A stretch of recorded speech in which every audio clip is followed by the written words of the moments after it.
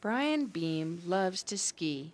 He loves it so much that he hit the slopes only a month after he lost his lower right leg to an explosion in Iraq. Feeling more muscle with this stuff. He skied during rehab at Walter Reed Medical Center and with his wife and daughters at home in Alaska, often with frustrating results. While Beam was recovering in D.C., Bob and Bonnie Miller were deciding what to do with a vacant timeshare in Breckenridge, Colorado. I said, why don't we just donate this to an injured soldier? Bob agreed. So in 2008, the Millers launched the first Soldier Spring Ski Week. Beam's wife Elizabeth heard about the program and applied. She hoped it would help her husband again enjoy the sport he loves. The Millers involved volunteers at the Breckenridge Outdoor Education Center and friends in their Breckenridge neighborhood. Bob's a Vietnam veteran, and he remembers very clearly how they were treated when they returned from service, and it wasn't very nice. So he feels a duty to these soldiers to try and give them something back when they come back, particularly the wounded soldiers. But he wants it as a family, relaxing, fun, different week for them. An extra special thank you to the soldiers in our lives, okay? These are the guys that go out there and make it happen, and they put their life on the line for our whole country. And I think we deserved a big applause for them. All right? Yay! Yay! Yay!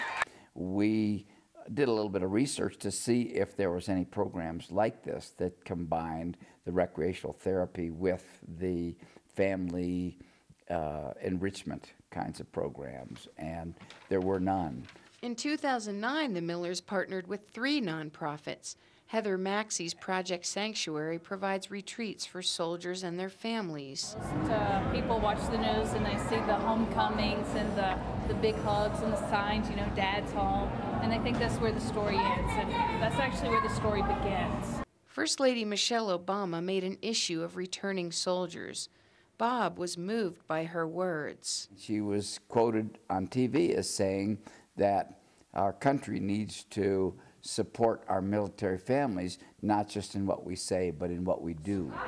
Big surprise is that we wrote a letter to the wife of the President of the United States, First Lady Michelle Obama, a month ago, and we said that we are hosting 10 wonderful soldier families. And she wrote me back, okay? And this is what she said. Dear Bonnie and Robert, my staff passed along the note about your Soldier Spring Ski Week project. The First Lady was truly inspired by the work of the Millers and their force of friends and volunteers. So were the Beams. I really couldn't express enough to Bonnie and Bob and all the people, all the host families who helped to put this together, how much this means to all of us.